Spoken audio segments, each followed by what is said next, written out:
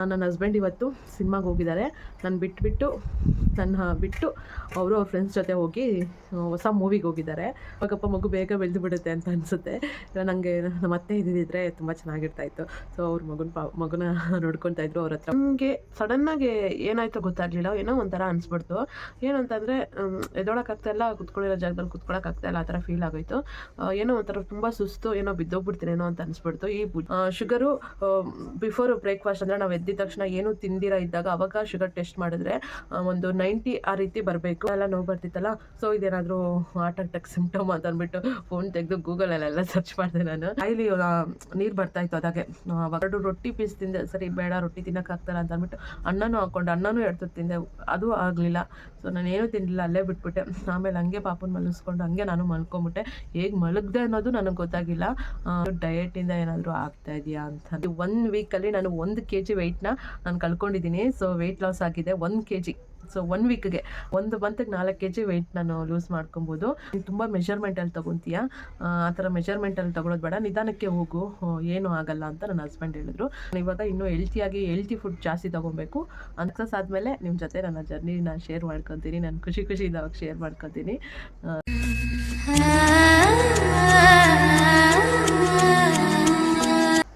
Hi friends, welcome back to my channel. ಎಲ್ಲರೂ ಹೇಗಿದ್ದೀರಾ? ಚೆನ್ನಾಗಿದ್ದೀರಾ? ನಾನು ಚೆನ್ನಾಗಿದ್ದೀನಿ. ನಿಮ್ಮ ಸಪೋರ್ಟ್ ಇದ್ದರೆ ಇನ್ನಷ್ಟು ಚೆನ್ನಾಗಿರ್ತೀನಿ.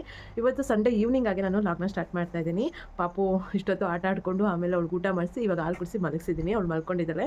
ಸೊ ಕೆಲಸ ಎಲ್ಲ ಆಯಿತು, ಇವಾಗ ಫ್ರೀ ಆದ. ಅದಕ್ಕೆ ನಾನು ಇವಾಗ ಲಾಗ್ ಮಾಡೋಣ ಅಂತ ಅಂದ್ಕೊಂಡು ಲಾಗ್ ಮಾಡ್ತಾಯಿದ್ದೀನಿ. ಸೊ ಬೆಳಗಿಂದ ಲಾಗ್ ಮಾಡಿರಲ್ಲ, ಅದಕ್ಕೆ ಇವಾಗ ಲಾಗ್ ಮಾಡೋಣ ಅಂತ ಅಂದ್ಕೊಂಡಿದ್ದೀನಿ. ನನ್ನ ಹಸ್ಬೆಂಡ್ ಇವತ್ತು ಸಿನಿಮಾಗೆ ಹೋಗಿದ್ದಾರೆ.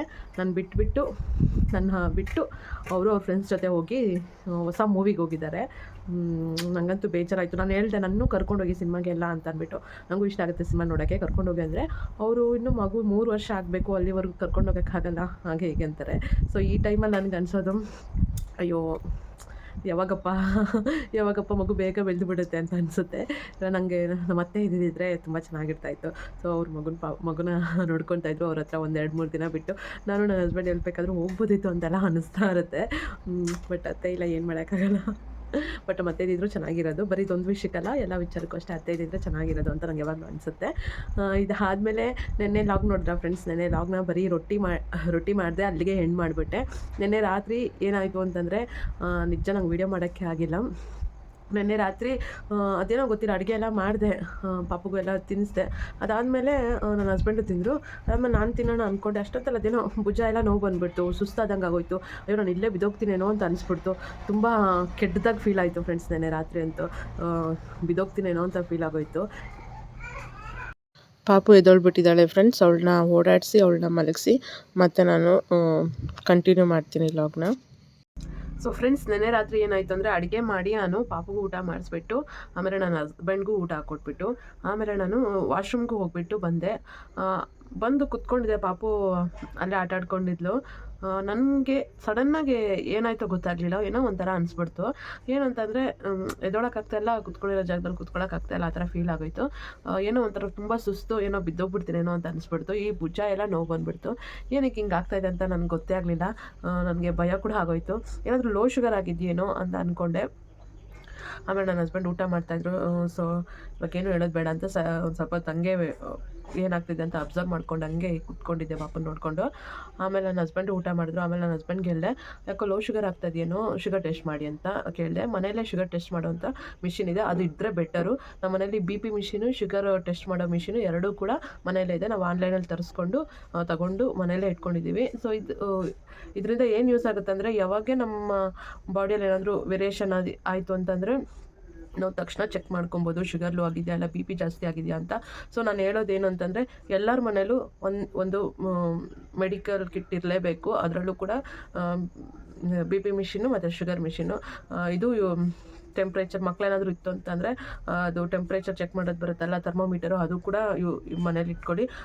ಅದಿತ್ತು, ಸದ್ಯಕ್ಕೆ ಇವಾಗ ಇಲ್ಲ, ಅದೆಲ್ಲ ಹೋಗ್ಬಿಟ್ಟಿದೆ. ಸೊ ನೋಡೋಣ, ಅದು ಒಂದು ತರಿಸ್ಕೊಳ್ಳೋಣ ಅಂತ ಅಂದ್ಕೊಂಡಿದ್ದೀನಿ. ಅದಾದಮೇಲೆ ಸೊ ಅದರಿಂದ ಫಸ್ಟು ಶುಗರ್ ಟೆಸ್ಟ್ ಮಾಡಿದ್ರು ನನ್ನ ಹಸ್ಬೆಂಡು. ಶುಗರು ನನಗೇನು ಪ್ರಾಬ್ಲಮ್ ಇರಲಿಲ್ಲ, 146 ಕರೆಕ್ಟಾಗೇ ಇತ್ತು. ಸೊ ಶುಗರು ಹೇಳ್ಬಿಡ್ತೀನಿ ನೋಡಿ ಎಷ್ಟೆಷ್ಟು ಇರಬೇಕು ಅಂತ, ಅದು ಯಾರಿಗಾದ್ರೂ ಯೂಸ್ ಆಗ್ಬೋದು. ಶುಗರು ಬಿಫೋರ್ ಬ್ರೇಕ್ಫಾಸ್ಟ್ ಅಂದರೆ ನಾವು ಎದ್ದಿದ ತಕ್ಷಣ ಏನೂ ತಿಂದಿರ ಇದ್ದಾಗ ಅವಾಗ ಶುಗರ್ ಟೆಸ್ಟ್ ಮಾಡಿದ್ರೆ ಒಂದು 90 ಆ ರೀತಿ ಬರಬೇಕು. ಒಂದು 90 ಮೇಲೆ ಬಂದರೂ ಪರವಾಗಿಲ್ಲ, 90 120 ಒಳಗಡೆ ಕರೆಕ್ಟಾಗಿ ಬರಬೇಕು, ಶುಗರ್ ಕರೆಕ್ಟಾಗಿದೆ ಅಂತ ಅರ್ಥ. ಅದಾದಮೇಲೆ ನಾವು ಏನಾದರೂ ಟಿಫನು ಎಲ್ಲ ಮಾಡಿದ್ಮೇಲೆ ಅಂದರೆ ಬ್ರೇಕ್ಫಾಸ್ಟ್ ಎಲ್ಲ ಆದಮೇಲೆ ಚೆಕ್ ಮಾಡಿದಾಗ ನಮಗೆ 120ಇಂದ 140ವರೆಗೂ ಇರಬೇಕು, ಅದು ನಾರ್ಮಲ್ ಶುಗರು. ಸೊ 140 150 160 ಈ ಥರ ಜಾಸ್ತಿ ಇದ್ದಷ್ಟು ಶುಗರ್ ಜಾಸ್ತಿ ಇದೆ ಅಂತ ಅರ್ಥ. ಸೊ ಹೇಳ್ಬೇಕು ಅಂತಂದರೆ 90ಇಂದ 120 ಶುಗರ್ ನಾರ್ಮಲ್. ಸೊ ಇದನ್ನು ನೆನ್ಪಿಟ್ಕೊಳ್ಳಿ, ಯಾವಾಗ ನಾವು ಶುಗರ್ ಟೆಸ್ಟ್ ಮಾಡಿದಾಗ 140 ಒಳಗಡೆ ಇತ್ತು ಅಂತಂದರೆ ಅದು ನಾರ್ಮಲ್, ಓಕೆನಾ. ಆಮೇಲೆ ಅದಾದಮೇಲೆ ನನಗೇನು ಶುಗರ್ ಇರಲಿಲ್ಲ ಅಂತ ಗೊತ್ತಾಯ್ತಲ್ವಾ. ಆಮೇಲೆ ಇನ್ನೂ ಒಂದು ಹೇಳ್ತೀನಿ, ಬಿ ಪಿದು ಅಷ್ಟೇ, ಬಿ ಪಿದು 120/70 120/80 ಬರಬೇಕು ಬಿ ಪಿದು. ಆಮೇಲೆ ನಂಗೆ ಟೆಸ್ಟ್ ಮಾಡಿದ್ರಲ್ಲ, ನನಗೆ ನಾರ್ಮಲ್ಲೇ ಇತ್ತು. ಆದರೂ ನಂಗೆ ಯಾಕೆ ಹಿಂಗೆ ಅನ್ನಿಸ್ತಾ ಇದೆ, ನಂಗೆ ಒಂಥರ ಬಿದ್ದೋಗ್ಬಿಡ್ತೀನಿ ಅನ್ನೋ ಥರ ಫೀಲ್ ಆಗೋಯ್ತು. ಆಮೇಲೆ ಭುಜ ಎಲ್ಲ ನೋವು ಬರ್ತಿತ್ತಲ್ಲ, ಸೊ ಇದೇನಾದರೂ ಹಾರ್ಟ್ ಅಟ್ಯಾಕ್ ಸಿಂಪ್ಟಮ್ ಅಂತ ಅಂದ್ಬಿಟ್ಟು ಫೋನ್ ತೆಗೆದು ಗೂಗಲಲ್ಲೆಲ್ಲ ಸರ್ಚ್ ಮಾಡಿದೆ. ನಾನು ಏನೇ ಪ್ರಾಬ್ಲಮ್ ಆದರೂ ನಾನು ಗೂಗಲಲ್ಲಿ ಫಸ್ಟ್ ಸರ್ಚ್ ಮಾಡ್ತೀನಿ. ಸೊ ನಾನು ಇವ್ರನ್ನೆಲ್ಲ ಕೇಳೋಕ್ಕೆ ಹೋಗಲ್ಲ, ನಾನು ಗೂಗಲಲ್ಲೇ ಕೇಳಿ ತಿಳ್ಕೊತೀನಿ. ಸೊ ಅದರಲ್ಲಿ ಹಾರ್ಟ್ ಅಟ್ಯಾಕ್ ಸಿಂಪ್ಟಮ್ಸು ಅದೆಲ್ಲ ಚೆಕ್ ಮಾಡ್ತಾಯಿದ್ದೆ. ಆಮೇಲೆ ಅದಲ್ಲ ಅಂತ ಅನ್ನಿಸ್ತು. ಆಮೇಲೆ ಬಾಯಲ್ಲಿ ನೀರು ಬರ್ತಾಯಿತ್ತು ಅದಾಗೆ. ಆವಾಗ ನನ್ನ ಹಸ್ಬೆಂಡ್ಗೆ ಹೇಳಿದೆ, ಗ್ಯಾಸ್ಟ್ರಿಕ್ ಆಗಿದೆ ನಿನಗೆ. ಸೊ ನಾನು ಬೆಳಿಗ್ಗೆ ಮಧ್ಯಾಹ್ನ 2 ಟೈಮು ದೋಸೆನೇ ತಿಂದಿದ್ದೀನಿ. ಸೊ ದೋಸೆ ಹಿಟ್ಟಲ್ಲಿ ಉದ್ದಿನಬೇಳೆ ಹಾಕಿರ್ತೀರಲ್ಲ, ಅದು ತುಂಬಾ ಗ್ಯಾಸ್ಟ್ರಿಕ್ಕು. ಸೊ ನಂಗೆ ಗ್ಯಾಸ್ಟ್ರಿಕ್ ಆಗಿದೆ ಅಂತ ಹೇಳಿದ್ರು. ಆಮೇಲೆ ಈನೋ ಹಾಕ್ಕೊಡ್ತೀನಿ ಅಂತ ಈನೋ ಮಾಡಿಕೊಟ್ರು ನನ್ನ ಹಸ್ಬೆಂಡು, ಈನೋ ಕುಡಿದೆ. ಅದಾದಮೇಲೆ ತೇಗು ಗ್ಯಾಸು ಎಲ್ಲ ಬಂತು. ಅವಾಗ ಅವು ಕೂಡ ಸ್ವಲ್ಪ ಪರವಾಗಿಲ್ಲ ಅನಿಸ್ತು. ಆಮೇಲೆ ಅವಾಗೂ ಕೂಡ ಹಂಗೆ ಭುಜ ನೋವ್ತಾಯಿತ್ತು, ಏನೋ ಒಂಥರ ಅನಿಸ್ತಾಯಿತ್ತು, ಏನೋ ಒಂಥರ ಬಾಧೆ, ಅದನ್ನ ಹೇಳೋಕ್ಕಾಗಲ್ಲ, ಆ ಥರ ಇತ್ತು. ಅದಾದಮೇಲೆ ಊಟನೇ ಸೇರಿಲ್ಲ ಫ್ರೆಂಡ್ಸ್. ನನಗೆ ಒಂದು 2 ರೊಟ್ಟಿ ಪೀಸ್ ತಿಂದೆ. ಸರಿ ಬೇಡ, ರೊಟ್ಟಿ ತಿನ್ನೋಕ್ಕಾಗ್ತಾರ ಅಂತ ಅಂದ್ಬಿಟ್ಟು ಅನ್ನನೂ ಹಾಕ್ಕೊಂಡು ಅನ್ನನೂ 2 ತುತ್ತು ತಿಂದೆ, ಅದು ಆಗಲಿಲ್ಲ. ಸೊ ನಾನೇನು ತಿನ್ನಲಿಲ್ಲ, ಅಲ್ಲೇ ಬಿಟ್ಬಿಟ್ಟೆ. ಆಮೇಲೆ ಹಂಗೆ ಪಾಪನ ಮಲಗಿಸ್ಕೊಂಡು ಹಂಗೆ ನಾನು ಮಲ್ಕೊಂಬಿಟ್ಟೆ. ಹೇಗೆ ಮಲಗಿದೆ ಅನ್ನೋದು ನನಗೆ ಗೊತ್ತಾಗಿಲ್ಲ. ನನ್ನ ಆ ಥರ ಪರಿಸ್ಥಿತಿಯಲ್ಲಿ ನೆನ್ನೆ ರಾತ್ರಿ ಇದ್ಬಿಟ್ಟೆ. ಸೊ ಗ್ಯಾಸ್ಟ್ರಿಕ್ಕಿಂದನೇ ಹಿಂಗೆ ಆಗಿದೆ ಅಂತ ಅನ್ಸುತ್ತೆ. ಇವಾಗ ನಾರ್ಮಲ್ ಆಗಿದ್ದೀನಿ, ಪರವಾಗಿಲ್ಲ, ಓಕೆ. ಇವತ್ತು ಸಂಡೇ ಯಾವುದೇ ಥರ ನಾನು ಡಯಟು ಮಾಡಿಲ್ಲ, ಎಕ್ಸಸೈಸು ಮಾಡಲಿಲ್ಲ. ಬೆಳಗ್ಗೆ 6 ಗಂಟೆಗೂ ಎದ್ದಿಲ್ಲ, 8 ಗಂಟೆವರೆಗೂ ಫುಲ್ಲು ರೆಸ್ಟ್ ತೊಗೊಂಡೆ. ಅಷ್ಟೊತ್ತವರೆಗೂ ಫುಲ್ಲು ರೆಸ್ಟ್ ತೊಗೊಂಡಿರೋದಕ್ಕೆ ಇವಾಗ ನನಗೆ ಪರವಾಗಿಲ್ಲ. ಆಮೇಲೆ ನನ್ನ ಹಸ್ಬೆಂಡ್ನು ಕೇಳಿದೆ, ಇದು ಡಯಟಿಂದ ಏನಾದರೂ ಆಗ್ತಾಯಿದೆಯಾ ಅಂತ ಅಂದ್ಬಿಟ್ಟು. ಆಮೇಲೆ ಸಂಡೇ ನಾನು ವೆಯ್ಟ್ ಚೆಕ್ ಮಾಡೋಣ ಅಂತ ನಾನು ಪ್ಲ್ಯಾನ್ ಮಾಡ್ಕೊಂಡಿದ್ದೆ. ಸೊ ಇವತ್ತು ಸಂಡೇ ವೆಯ್ಟ್ ಚೆಕ್ ಮಾಡಿದ್ದೀನಿ. ಸೊ ಫ್ರೆಂಡ್ಸ್, ನಂಬ್ತಿರೋ ಬಿಡ್ತಿರೋ ನೀವು, 1 ವೀಕ್ ಅಷ್ಟೇ ನಾನು ಡಯಟು ಎಲ್ಲ ಶುರು ಮಾಡಿರೋದು. 1 ವೀಕಲ್ಲೇ ನಾನು 1 kg ವೆಯ್ಟ್ನ ನಾನು ಕಳ್ಕೊಂಡಿದ್ದೀನಿ. 1 kg ವೆಯ್ಟ್. ಸೊ ಎಷ್ಟಿದ್ದೆ, ಎಷ್ಟಾಯಿತು ಅಂತ ಅಂದ್ಬಿಟ್ಟು ನಾನು ನಿಮಗೆ ವಿತ್ ಪ್ರೂಫಲ್ಲಿ ನಾನು ಈ ವಿಡಿಯೋದಲ್ಲಿ ತೋರಿಸ್ತೀನಿ. ಡಯಟ್ ಮಾಡೋಕ್ಕಿಂತ ಮುಂಚೆ ಎಷ್ಟಿದೆ ನನ್ನ ವೆಯ್ಟು, 1 ವೀಕ್ ಆದಮೇಲೆ ನನ್ನ ವೆಯ್ಟ್ ಎಷ್ಟು ಬಂದಿದೆ ಅಂತ ಅಂದ್ಬಿಟ್ಟು ನಾನು ಈ ವಿಡಿಯೋದಲ್ಲಿ ಶೇರ್ ಮಾಡ್ಕೊತೀನಿ, ನೋಡ್ಕೊಂಡು ಬನ್ನಿ. ಸೊ ಫ್ರೆಂಡ್ಸ್, ವಿತ್ ಪ್ರೂಫು ನೋಡಿ, ನಾನು ಎಕ್ಸಸೈಸ್ ಎಲ್ಲ ಮಾಡೋಕ್ಕಿಂತ ಮುಂಚೆ ನಾನು ಡೇ 1 ತಗೊಂಡಿರುವಂತಹ ವೆಯ್ಟ್ ಚೆಕ್ ಇದು 68.30 kg ಇದೆ. ಆಫ್ಟರ್ 1 ವೀಕ್ ಆದಮೇಲೆ ನಾನು ಡಯಟ್ ಎಲ್ಲ ಮಾಡಿದ್ಮೇಲೆ ತೊಗೊಂಡಿರೋದು 67.30 kg ಇದೆ. ಸೊ ನೋಡ್ಕೊಂಬಂದ್ರಲ್ಲ ಫ್ರೆಂಡ್ಸ್, ನೋಡಿ 1 ವೀಕಲ್ಲಿ ನಾನು 1 kg ವೆಯ್ಟ್ನ ನಾನು ಕಳ್ಕೊಂಡಿದ್ದೀನಿ. ಸೊ ವೆಯ್ಟ್ ಲಾಸ್ ಆಗಿದೆ 1 kg. ಸೊ 1 ವೀಕ್ಗೆ ಅಂದರೆ ನಾನು ಒಂದು 4 ವೀಕ್ಗೆ ನಾನು 4 kg ಅಂತಂದರೆ 1 ಮಂತ್ಗೆ 4 kg ವೆಯ್ಟ್ ನಾನು ಲೂಸ್ ಮಾಡ್ಕೊಬೋದು. ನಂಗೆ ಒಂಥರ ಖುಷಿ ಆಯಿತು, ಅಯ್ಯೋ ಪರವಾಗಿಲ್ಲ, 1 ವೀಕ್ಗೆ ನಾನು 1 kg ವೆಯ್ಟ್ ಕಡಿಮೆ ಮಾಡ್ಕೊಂಡಿದ್ದೀನಿ ಅಂತ. ನನ್ನ ಹಸ್ಬೆಂಡ್ ಜೊತೆ ಶೇರ್ ಮಾಡ್ಕೊಂಡಿದ್ದಕ್ಕೆ ನನ್ನ ಹಸ್ಬೆಂಡ್ ಏನು ಹೇಳಿದ್ರು ಗೊತ್ತಾ, 1 ವೀಕ್ಗೆಲ್ಲ ಇಷ್ಟೊಂದು ವೆಯ್ಟ್ ಕಡಿಮೆ ಆಗಬಾರ್ದು, ಆಮೇಲೆ ಹೆಲ್ತ್ ಪ್ರಾಬ್ಲಮ್ ಆಗಿಬಿಡುತ್ತೆ, ನಿಧಾನಕ್ಕಾಗಲಿ ಅಂತ ಹೇಳಿದ್ರು ನನ್ನ ಹಸ್ಬೆಂಡು. ನೀನು ತುಂಬ ಮೆಷರ್ಮೆಂಟಲ್ಲಿ ತೊಗೊತೀಯ, ಆ ಥರ ಮೆಷರ್ಮೆಂಟಲ್ಲಿ ತೊಗೊಳೋದು ಬೇಡ, ನಿಧಾನಕ್ಕೆ ಹೋಗು, ಏನೂ ಆಗಲ್ಲ ಅಂತ ನನ್ನ ಹಸ್ಬೆಂಡ್ ಹೇಳಿದ್ರು. ಸೊ ಕಮೆಂಟಲ್ಲಿ ಒಬ್ಬರು ಹೇಳಿದರು, ನೀನು ಫುಡ್ ಕಡಿಮೆ ತೊಗೊಂಡ್ರೆ ಇದು ನೀನು ಸಣ್ಣ ಏನೋ ಆಗ್ತೀಯ, ಆದರೆ ನಿನ್ನ ಮಸಲ್ಸ್ ಎಲ್ಲ ಹೊರಟೋಗುತ್ತೆ, ನೀನು ಜಾಸ್ತಿ ಈ ಥರ ಎಲ್ಲ ಡಯಟ್ ಮಾಡಬಾರ್ದು, ಪ್ರೋಟೀನ್ಸು, ವಿಟಮಿನ್ಸು, ಫೈಬರ್ಸು ಅವೆಲ್ಲ ಜಾಸ್ತಿ ತೊಗೊಬೇಕು ಅಂತ ಕಮೆಂಟ್ ಮಾಡಿದರು. ಸೊ ನಾನು ಅವಾಗಿಂದ ಅವರು ಆ ಥರ ಕಮೆಂಟ್ ಮಾಡಿದಾಗಿಂದ ಮೆಷರ್ಮೆಂಟಲ್ಲಿ ತೊಗೊಳೋದು ನಿಲ್ಲಿಸಿದೆ 1-2 ದಿನದಿಂದ. ಸೊ ಆದರೂ ಕೂಡ ನಾನು 1 kg ವೆಯ್ಟ್ ಲಾಸ್ ಹಾಕಿದ್ದೀನಿ. ಸೊ ಆಯಿತು, ಬೇಡ 1 ವೀಕ್ಗೆ ಅಷ್ಟೊಂದು 1 kg ಫುಲ್ಲು ವೆಯ್ಟ್ ಕಮ್ಮಿ ಆಗೋದು ಬೇಡ, ಇನ್ಮೇಲೆ ಇಷ್ಟೊಂದು ಸ್ಟ್ರಿಕ್ಟಾಗಿ ಮಾಡೋದು ಬೇಡ, ನಿಧಾನಕ್ಕೆ ಆಗಲಿ ವೆಯ್ಟ್ ಲಾಸ್ ಅಂತ ಅಂದ್ಬಿಟ್ಟು ಅಂದ್ಕೊಂಡಿದ್ದೀನಿ.